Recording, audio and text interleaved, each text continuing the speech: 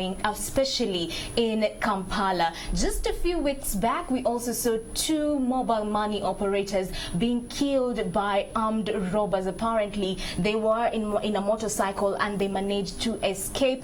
And then the other issue is the issue to do with this particular hardware that was also robbed in a broad daylight. And we're asking, how can we go about securing ourselves as individuals, our homes, and our businesses as well? And so in this roundtable today, we're doing it in the boardroom of NTV Uganda. This is how it looks like, by the way. I am joined by Mr. Charles Romushana. He is a security and political analyst right here in the country. Welcome to the show. The Almighty God is great. Amen. Amen. And next to him is Mr. John Sembabulide. He is the LC1 chairman in Zoba Zone Kawempe. Thank you so much for making time. You're welcome, but I'm Joseph Bosa Sabamudi, not John. Okay. Yes. All right. Noted. Thank you so much for making time. Next to me on my right here, I'm joined by Mr. Anatoli Muleterwa. He is the Deputy Commissioner, Community Policing at the Uganda Police Force. Thank you so much for making time. Glad for inviting me and extending this great moment of meeting with my colleague, my brother, and my partner in security. Yes. Nice program. Thank you so much. It's good that you're now sitting with him on the same table so you can pick some of the things that he has to say. Yes, and we shall be sharing more.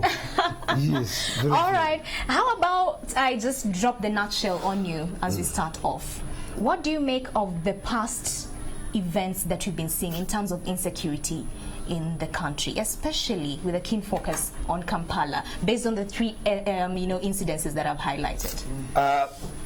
Good morning, viewers. Thank you very much, NTV. By the way, you have mentioned your name, but you sound very English. For me, an African, I've even lost the name. But all the same, you're my host. Chakwera. Chakwera, is it an English name? But she sounded English. That's African. Okay, Chakwera. Okay, no. Don't want to baptize her. Otherwise, she may take us to court for giving her names which are not hers. All right, Afande, your take. Yeah, thank you very much. You have mentioned insecurity. I think right now we do not experience insecurity. We have momental issues in security. Momental. And these are based especially at the community level. You know, when we talk about security, we have 3 levels of security. We have the personal, we have the community, and we have the national level of security. And that's why I'm very happy that you have brought me together with my brother, the LC1 chairperson, because that's why really we need to build synergy at community and personal security. Now, with that said, what do you make of the 3 incidences that we saw?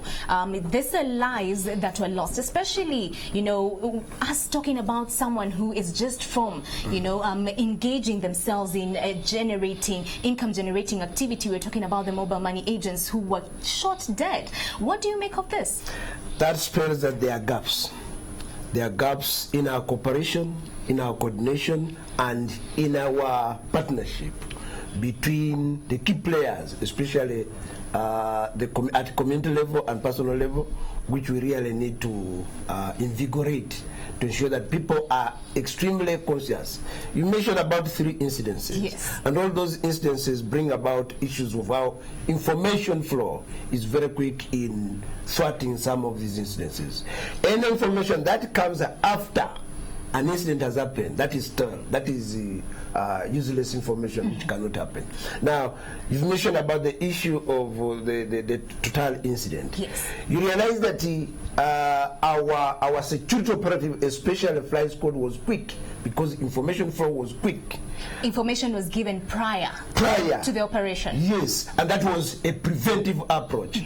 When we respond to an incident when that happened, that is a post-mortem. But whose fault is it if you're getting information late, such that, after the milk has already been spilled? Who do we put our hands or our blame on? Malachi, can we stop the blame game? Okay. Because security is not about who to blame, who to win.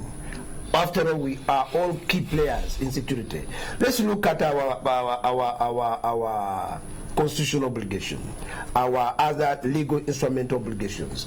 Who does what, when, where? For example, you may need In your mind, I can read. You want to say police doesn't do its work. But let me tell you, do I know where he stays? Do I know what he does? Do I know whom he moves with? If there is no that coordination, there is no that partnership, there is no quick flow of information, it doesn't really enable me to perform my duty as expected. All right, so what you're saying is that we all have a role to play in sharing this information with the security operatives. Security is a communal responsibility. All right, okay. And we all have an obligation. It is just like when you talk about an arm, you can't feel the strength of this arm until when the fingers unite. Mr. Joseph, I'll call you chairman for the purposes of this conversation this morning. He has pointed out to something that is quite critical, there being a gap between the community and the security operatives, especially because he has said that if information comes after an operation has already been executed, it's as good as nothing, you know. But that's not correct. All right, we'll come to that. We'll come to that. So where is the gap? Why are you not working hand in hand with the police who are mandated to, you know, make sure that we are safe in our communities and wherever we go? Thank you, Madam. I think that is not correct that we are not working with hand in hand with police. Me, I always blame police because as the local leader, we get information in time, we lose those people, but at times you may find someone asking you that those people asking you, telling me those people you think they are how many? They are holding how many guns? Me, a civilian, I've got information, I've tried my level best to communicate to you, informing you this is what happening in my area. Police at times they delay to come to our community. They always sit in their offices. They don't come to the ground. I can assure you, as we speak now, if you go to any police station or any police post, you may find that those people are there. They just move at night in what for them they know it. They call it single file. They move in a line. When they are patrolling, during they patrol only at night. During the day they don't patrol. At night they move in a single file. They move from here straight. Even these people, even these people, the thieves, they take that advantage. That these people, whenever they go like this. They don't go behind. They leave the LOCs not work with them. We have the security committees on our areas there on the ground, but they don't bother them. At night, you just hear in the morning that police was here in your area, they have arrested so and so. People whom they are arresting, they are ignorant. They don't know anything. And when they arrest them, they take them to police. In the morning, they start asking them what? Money that you have to pay for police bond. Yes, some of us we are aware that police bond is for free, but they put a situation whereby if you don't pay them, you will not get a police bond. So I also appeal to fundamental that they should also work hand in hand with us as the area LOCs or local leaders. We are ready to give them information on the ground. All right. So what you've pointed out too is, number one, there's delay in response. Yes. The other thing you're saying is that the patrol style is not working for the community. Yes. All right. And also the issue to do with the bond. Okay. Before he answers that, because today we brought you together so you can get to answer to some of these allegations. Let's go to you. You are a security analyst, and first address what you just said. You said that because Afande here is saying that information that comes after an operative has been done, for example, or an operation has been done, the milk has already been spilled, it's as good as nothing. Information that comes prior to an operation is what, holds water, so to speak. And you said that is not the case. So what did you mean about that? That information can be useful in investigations for the purposes of prosecution. That's why I've got cameras. Cameras is not for pre-operation, it is for post. And you can do analysis using cameras, the analysis of that data, the eyewitnesses, and you use that information for prosecution. But at the same time, you can use that information for intelligence analysis, so that later on you are able to curtail those kind of operations or change your mode. But I wanted to elevate the debate a little bit higher, and because the president has already made a statement. So if the president has said that there is insecurity, one, and it is in waves, That was his State of the Nation address, yes. So then I don't need to listen to a police officer who discounts it. So insecurity is in the waves. So you have the waves of the kidnaps, you have the waves of the murder of women, you have the waves of Bijambia, you have the waves of Iron Bar, you have the waves of breakings in house, now you have burglary. Now you have had waves before of sheikhs, killing of sheikhs, attack of shops, businessmen. Now we are at another round of waves. Mobile money units had been hit before until police had even issued a directive for them to close at 7. So we've been with this, and it's always in waves. Now we are with another wave. The president said no insurgent can operate in the rural areas. But they are now operating in the urban areas, and he gave the examples of ADF that was defeated. It's no longer in the rural area. He also gave the RRA. So he's saying the challenge he now has is that the insurgent who is there is operating in the urban area, but the insurgent who is operating in the urban area needs food, needs to pay rent, lives the way you live, meets the same challenges that you meet. When they were in the bush, they attacked Masindi.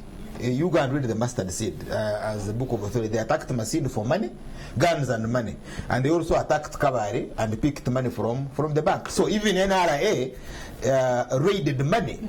And NRA also had an urban task force under Charles Gonza. It was called the Black Bombers. It was operating in the urban areas. So I'm looking at an insurgency in the infancy, and which is operating in the urban areas, the president says, but it needs money to live, and therefore they are mobilizing money. One, to sustain themselves as sales, and the second one, to expand their areas of operation, i.e. escalate violence. So if you are therefore going to look at this problem, you need to look at it that way. Therefore, it's extra LOCs. Because the LOCs are not technical, they will even slaughter them, by the way. That's also the other thing, that you have to train them on how they pick information and how they relate. You have brought a very important point. Because these people on how to because the president says within the security system, within the police, there is Kawukun. It's infiltrated. So this LOC will be informing a police officer who is an insurgent, and they will come and slaughter him, or they will slaughter his children. You know, that's a very heavy statement that you made right there, but I'd like Afande to first respond to his allegations. Number one, the issue of delay, to response by the police once they're given off information. First, you can tackle that before we go to the other point. What do you have to say about this? Why do we have delays when it comes to police being informed, them, matching up to that particular opportunity and making sure that they, take responsibility or counter such attacks? Thank you very much. I think I need to make my language clearer for my colleagues with whom I'm in studio to understand that in any way we are not talking in a competitive way, but we are augmenting, supplementing our efforts. In my opening remarks, I did not dispute the Fountain of Honor statement. I said the security issues we have are momental security challenges. So that spells that whatever it may be, there is no insecurity, but there are some challenges which we all need to address and come together to that.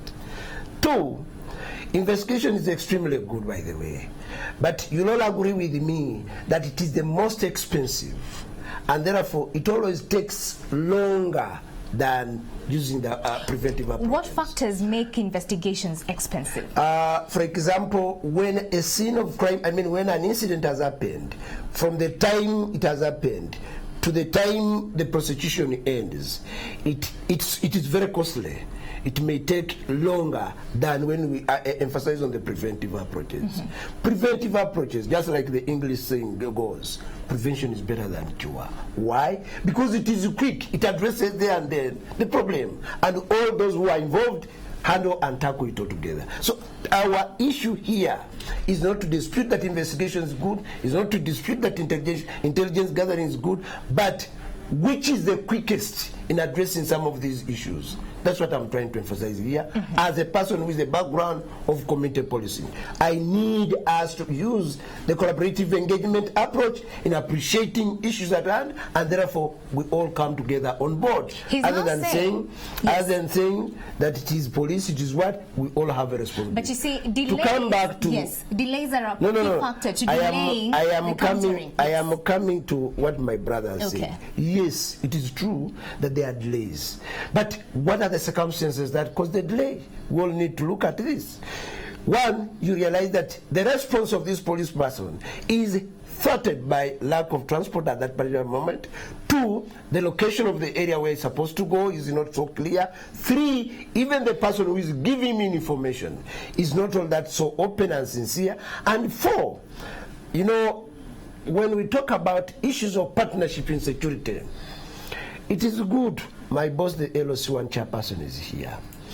Previously, we used to think that no security, the LOCs are incapacitated because they are not legitimate.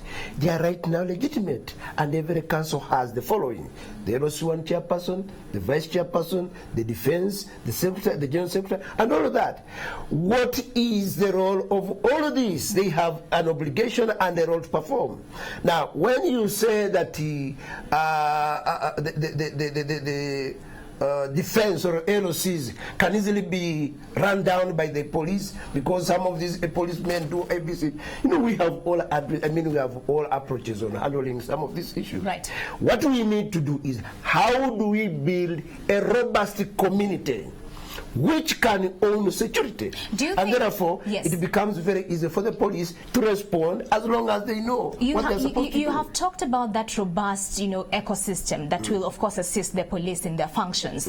We have the introduction of the LDUs. Do you think that will be a catalyst towards, pretty much sorting out some of these issues? It is very good. It's a very good issue, and this is really where I needed to request my chairperson and even my brother, whatever, to appreciate and even encourage the efforts put in by government, especially of bringing the LDU. What I really need also to appreciate what the chairperson has said is that these people move on, single file, that is patrol. Yes. That is a very big weakness if it exists, because one, if it exists, yes. Are you saying that you don't know it exists? I need to cross check, and I will cross check and give to on the ground. I don't see those people. Yes, and that's why I'm saying, if it exists, we are going to address that. Why do we need to address it? Because one, they are in essence, when we are to conduct any patrol, the first entry point in a village is going to the village LOC1 chairperson. They plan, they share with him, and even before even going there, they sit and plan, so that by the time they go there, they go to address exactly what they are. What should ideally be the patrol style for the police? The patrol style of the police would be especially moving away from the main road and going to the hinterland. And when they reach there, dispersing? No. That one we shall be able to discuss, but it's not something that we need to open up there. Right. When they reach there, they plan on the best mode of conducting operations. Conducting patrols. So can you say that the police who operate in this style, where they, he says they line Single up file. behind each other, is it a weakness whereby we are saying some police officers are maybe not well trained, or they are ill-equipped with some of the skills of conducting their functions? No, let's not always go to training. It may be lack of information on what they are supposed to secure. Okay. Can I yes, you had something to say. Just for information. Yes. Movement formations depend on ground. They are dictated by ground. So we have arrowhead. You know how an arrow is done. Yes. That also depends on ground, how the ground is. Then you have the single file, which is talking about. So if ground is open, like around the road, then you will use the single file to facilitate the commander communicate with the officers. And then you have box. That is that also depends on the terrain, and then the nature of your formation, the number, and then you have the extended line. Extended line is where and extended line also depends on terrain. It also depends on whether you're about to get contact and which kind of force. So I think really patrol, the line of advance, the way they advance wouldn't be a big problem. Because while you patrol to pick information. Right. You patrol to pick incidences, the way the situation is on ground, and then report back to base. It's not about when you are going to pick a target based on the intelligence that you already have. But also not negating the fact that you can actually patrol and meet a target that you ought to, you know. Then you report. So there are two types. There is fighting patrol, where you find the problem and you deal with it. Then there is also there are patrols where you only pick information and you relate and you don't engage. Right. Because you don't equal to the number. Okay. Before we go to details, you know, to do with what, you know, the viewer, you know, as citizens, what we can do. Yes, I'll bring you on this one. Before we go into that, what you and I can actually do in our own capacity to, you know, make sure that our security, our own security is actually beefed up. Let's talk about the CCTV cameras, and I'll let you in on this one before they respond. We do know that so far we have, you know, 1,900 CCTV cameras that have been installed, and the plan is that by December, the end of this year, December, the installation project will be done. Just in April, we did see Parliament approving a budget of 380 billion for the same. So what would you say, especially in the events that you've been seeing? Was this a lost investment? He talked about, you know, the time that is being taken to investigate. We all know that CCTV cameras is a function to help in investigations. Do you think we're leveraging this facility that cost the taxpayer so much money? Yeah, the CCTV in this situation where the president says that the insurgent is within the urban area. So why is he within the urban area? He says if it was a rural area, it would be easier to eliminate, because in the rural area you have got minimal cover. Maybe you are using the bush, or you are using your own capacity if you have constructed sufficient defense. Correct. Occupy ground, dominate ground, and use sufficient defense to deter the enemy from obliterating you. Now he says he has sufficient capacity, the gunships, artilleries, etc. In the urban area, the insurgent will survive. The cell will survive because it is doing concealment. You hide. Yes. Like you could be. You're here moderating a talk show, but within you could be a rebel commander, you could be an insurgent, you could be about to go and stage a robbery, who knows. But you look very innocent. Now, that is your security. Your security is not the weapon, your security is that deep cover. And if you follow the statement of the president, is that the first layer of their cover is security. That the commander, the DPC commander, the 99 patrol commander, the director, the deputy director community policing is the commander of a cell that is going to attack Nansana.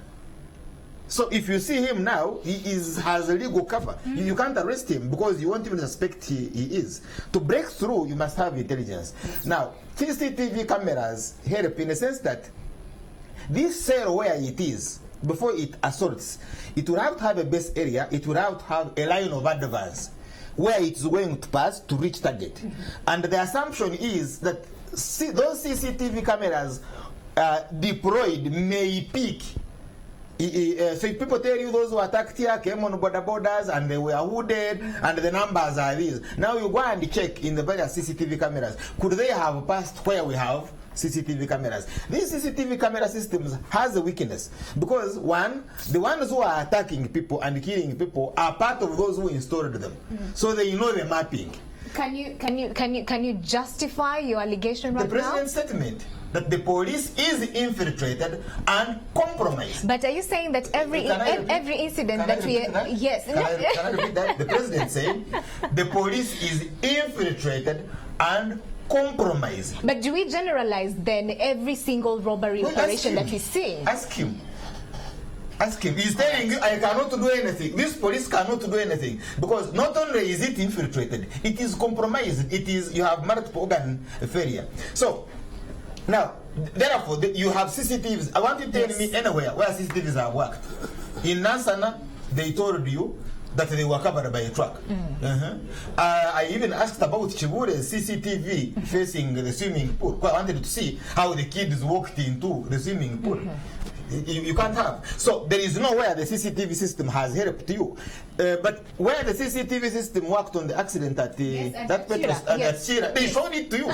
They showed you at the tax park. Yes. Those ones, they will show you where they are getting grasshoppers. Their CCTVs work. But when it comes to very serious operations like this, they don't. Now, that's one. So, did they use a CCTV system to get these guys when they were approaching? So what you're saying is that this was an overflowed investment. That's what you're saying. So far, we've not... cannot pick. It cannot pick these guys who are carrying out these operations, so because they come from within. Okay. All right. Before I find out you're boiling. They are with those from within. Okay. Source: His Excellency the President of the Republic of Uganda. And if you can't contradict it. Okay, Mr. Charles, thank you so much for your, submission. Let's go to Chairman. Yeah, you're the chairman on this deck this morning. He has pointed out to quite heavy, allegations to do with the police. Yes. You are the LC chairperson, and in your capacity, I'm sure you interact with quite a lot of information with regards to security. Would you back what he says, that most of this, robberies, most of these attacks that we're seeing are, pretty much, held in cohorts with security operatives? Yes, I agree with him that it is criminals which are moving around are planned with security organs. I can give you an example. Some time back, these security guards, the security groups, those private security groups, we have been hearing those people are in collaboration with the thieves. They break into a store, they carry whatever goods which is there.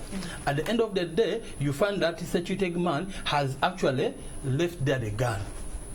That means that whatever has taken place, it was planned. These people, they didn't inform the police or their bosses. I can give you another example. In my area, I remember very well, actually, me, I'm even in fear. There was an incident which happened in my area. I got a call from OC Karerwe. He told me, Chairman, where are you? I was the side of Bwaise. I told him, Chairman, I told the OC that I'm not around, but what is the problem? Because my LOCs are there, the Vice, the Secretary for Defense, Secretary. What is the matter? Then he didn't come up properly. He just told me, no, there's something I want to discuss with you. I said, no, give me like a 30 minutes, I'll be back. Then he didn't even wait for the 30 minutes. He immediately called me. Chairman, there is a problem which I need you to actually to help me. I said, no, let me come.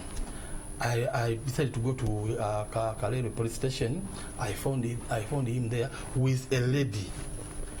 He told me himself, the OC, that you say, Chairman, there is a problem in your area. There is somebody whom these ladies are choosing that he has a gun.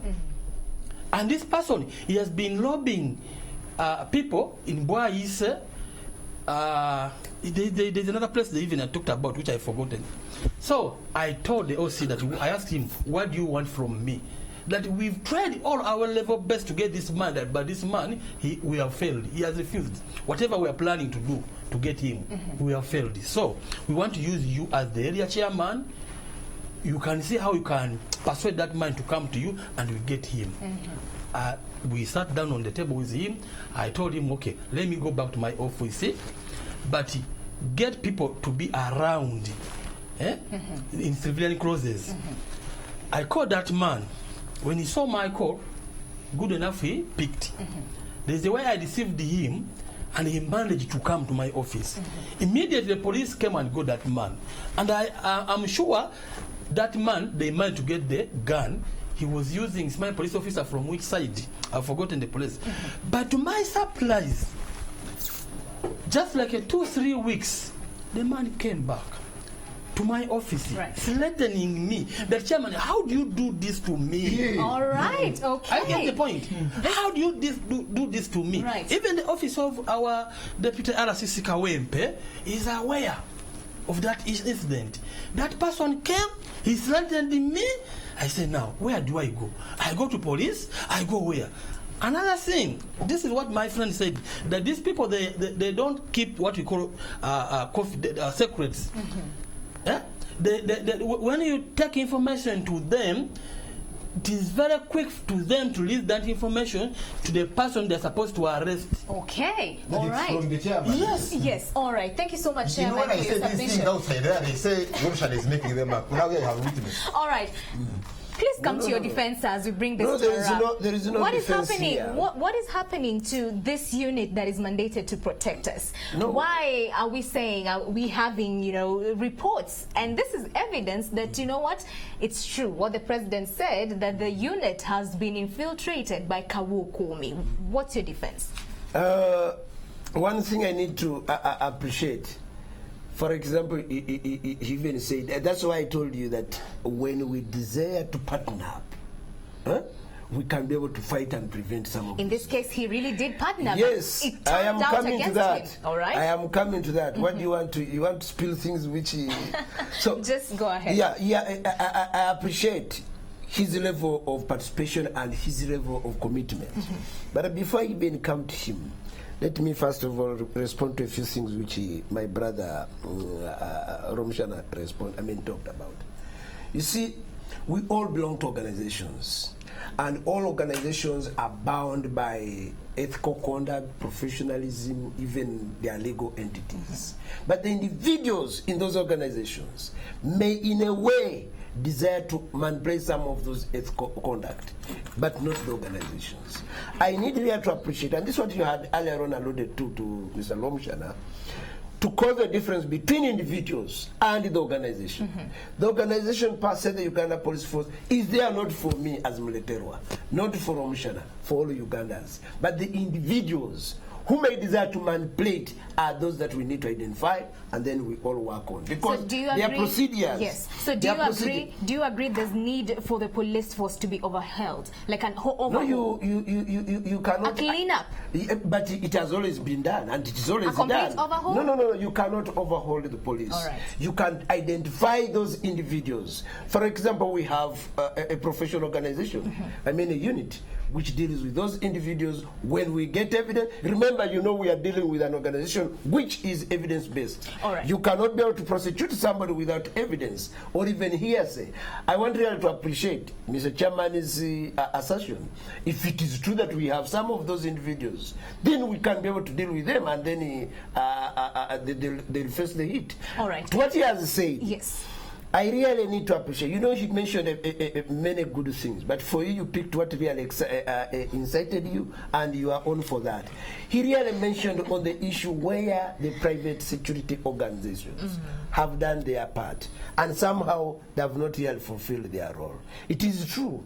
The incident of Nansana, we all know that they had those private organizations. Ask any of them who had earlier on contacted police, and police failed to respond. Okay. So, in incidences where we do not have timely information, we cannot be able to timely respond. All right. Secondly, Secondly, I'm giving you 1 second. We're running short of time.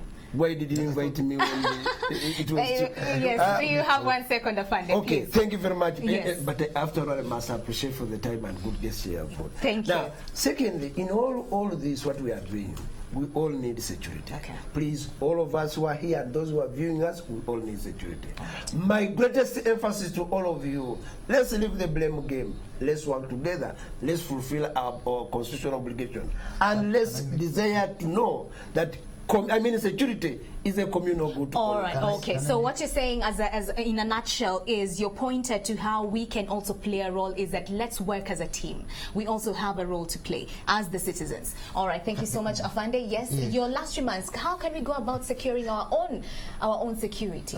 If this is insurgency and it's in this way of mobilizing money to escalate insurgency, you as an individual have little to do. It's their duty to protect you. Just on a positive note, what can we do? Yeah, but you see, you can't have a positive note with the system that is overwhelming a negative. Okay, 1 second. I will give you the case of Zambia. Here you are dealing with people you are tracking using intelligence, on the basis of intelligence, who are not armed. Yes. And you gun them down.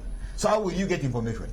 These are people you could have arrested in the case they were using vehicles, and the vehicle is an obstacle. Correct. The second one, in Nansana, if the LOC is, if the population is not able to raise you, your security, you should be having what we call observation posts. In other words, you should be having your own people in plain clothes, doing patrols, who should be able to inform you. Those are called so intelligence. Yeah, and yes, but I know. I'm telling you what I know. So the same case is with Zana. Yes. Because by the time a force comes, it attacks, it even crosses roads. So what you for saying, a long time, yes, is shooting, and you think I'm not aware.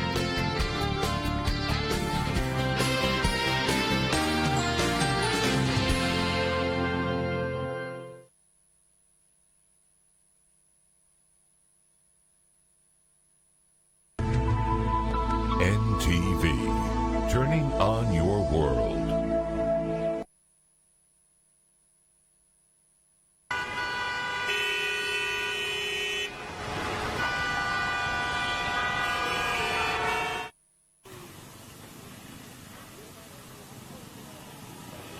Thank you for watching Morning at NTV. This is Stephen Mbide coming to you live from Chigunga, and this is Ginger Road for you who is coming from Seta. It's just a few meters from Seta as you head towards Mukono direction. But this morning, if you're coming from the Kampala city and you're working like in Mukono or areas beyond, or if you're coming from Mukono heading to Seta and that is your duty station, or heading towards the city, you may have to pick up your phone and call that employer of yours and tell him or her that this morning you definitely be delayed for more than 1 hour or 2 hours, or even beyond, because this morning there is not a nasty accident, I should say, but already it has caused a lot of traffic jam here. From as early as 5 a.m. Up to now, it's now even coming to almost 8 and 15 minutes already. We are into a lot of traffic jam here. I was coming from the direction of the city, and I saw all the way from Namamve there is a lot of traffic jam. In fact, me and my crew, we had to jump out of the